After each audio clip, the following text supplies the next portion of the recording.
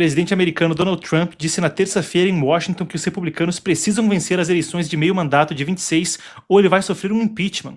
Foi o que ele disse a parlamentares do próprio partido. Você acompanhou aqui no Epoch Times Brasil a íntegra com tradução simultânea. Era um encontro fechado e Trump afirmou que se a oposição recuperar força no Congresso, vão arrumar um motivo para tentar derrubá-lo. O negócio pode se provar complicado no mínimo. Nenhum presidente venceu as eleições de meio mandato. Lá nos Estados Unidos, o Congresso troca no meio do mandato do presidente. Os deputados têm 2 anos de mandato, os senadores têm 6. Quer dizer, a maioria do Congresso pode girar ali no meio do mandato do executivo. Nenhum presidente desde o Jimmy Carter, aí, anos 70, anos 80, conseguiu manter maioria no meio do mandato lá no Congresso. A ver o que acontece, mas tem fundamento aí na preocupação pela parte de Trump.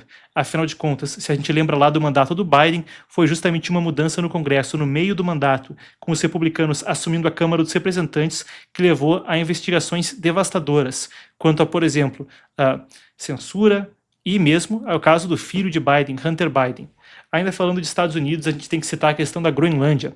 Casa Branca afirmou ontem também que Donald Trump avalia formas de os Estados Unidos adquirirem a Groenlândia e que a opção militar não foi descartada.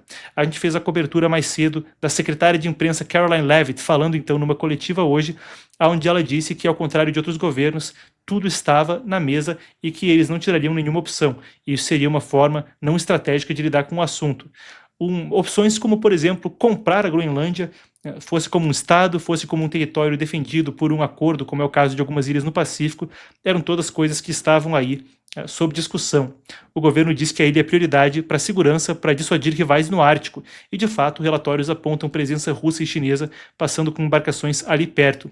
Groenlândia diz que não quer ser parte dos Estados Unidos, mas também há alguns críticos que dizem que, com a Dinamarca tendo a soberania, a coisa também não agrada tanto. Europeus e o Canadá defenderam a autodeterminação.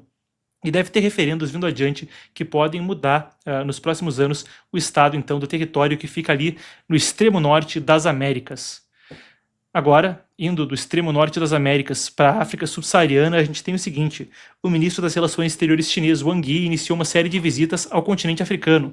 Vai até 12 de janeiro, ele deve passar por Etiópia, Somália, Tanzânia e Lesoto.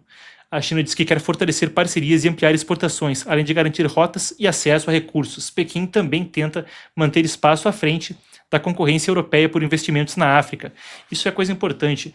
Uma das tendências que vai vir adiante ao longo do próximo século é, claro, o crescimento populacional da África e, eventualmente, infraestrutura e desenvolvimento também de indústria, seja de extração mineral ou outras no continente. O Djibouti, no chifre da África, por exemplo, um paizinho onde se vê uma série de bases estrangeiras, incluindo chinesa, ali na entrada do Mar Vermelho. Localização estratégica, recursos naturais, população crescente. Talvez seja o Partido Comunista Chinês reencenando parte do que fez no século passado. Foi relatado até que estava exportando modelo de câmeras de vigilância e modelo autoritário para alguns desses países, recursos pelo menos de vigilância em massa. Se a gente volta lá atrás, na época do Mao Tse-tung, era investimento chinês a rodo nesses países e muitas vezes financiando mesmo guerrilhas para golpes de Estado. Quando se fala até do caso de Moçambique com a Molipo, muita gente aí já via argumentando que isso aí tinha dedo chinês. Será? Aí vale um estudo histórico. Bem, seguindo então no giro, a gente tem também o seguinte: se a gente falava mais cedo a respeito da repressão religiosa na China, tem mais notícias a respeito do assunto. A igreja protestante clandestina Early Rain significa chuva de cedo. Normalmente as matérias a respeito vêm em inglês, então igreja chuva de cedo é como ela se denomina. Clandestina, por quê? Lá, as igrejas reconhecidas pelo partido, como a Emanuela explicava mais cedo aqui nesse programa de hoje, e aquelas que não estão, então, na estrutura que o partido exige. Porque, claro, o partido exige adequação aos chamados princípios socialistas centrais. Nem toda congregação religiosa vai querer isso, que pode implicar reescrita de Bíblia ou mudança de símbolos religiosos. Então, voltando ao assunto, dada a terminologia. A igreja protestante clandestina Early Rain Covenant disse que 6 membros foram detidos em Chengdu, no sudoeste da China, em uma ação policial ocorrida ontem, segundo organizações de direitos humanos. A agência Reuters pontua o seguinte, que entre os líderes detidos está o atual líder, então, dessa congregação, Lee Yun-kyung, cujo apartamento teria sido revistado. As autoridades não explicaram e confirmaram as acusações. O caso ocorre em meio a uma intensificação de controle sobre as religiões. Emanuele falou aqui a respeito do assunto, fora do registro estatal, com limitações a cultos presenciais, pregação online e arrecadação. ONGs têm pedido a libertação imediata, então, dos detidos. Seguindo, a gente vem para a nossa América, a minha, a sua, a nossa América do Sul. Conforme tem a crise no Caribe, um outro capítulo interessante tem sido o que acontece não só na Venezuela, mas também na Colômbia, com o presidente Gustavo Petro tendo atritos efusivos com o presidente americano Donald Trump. Bem, indo para a região, o que acontece nesse contexto é o seguinte: chefes de guerrilhas na Venezuela começaram a voltar para a Colômbia depois da ação dos Estados Unidos que derrubou Nicolás Maduro, segundo uma fonte militar colombiana, disse a agência de notícias AFP. A Colômbia acredita que líderes do Exército de Libertação Nacional, ELN, brutal guerrilha socialista que atua desde 62 na região, e dissidências das Farc, que teria se desmobilizado em 2016 e 2017, mas muitas dissidências seguem ativa, estavam do outro lado da fronteira.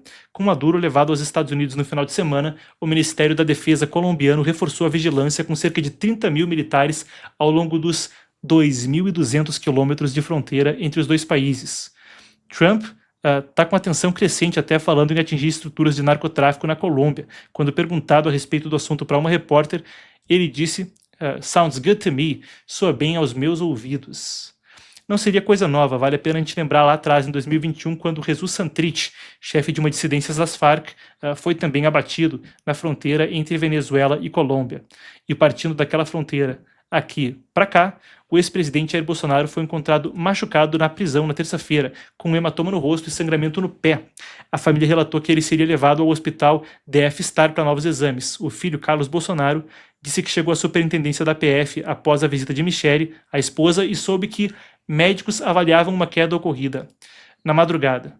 Depois de ver ele, afirmou que Bolsonaro estava atordoado e desviou do assunto quando perguntado. Segundo o relato, Bolsonaro mencionou um pesadelo e não soube explicar o horário nem como ele caiu. O ministro Alexandre de Moraes autorizou hoje a ida do presidente ao hospital para exames.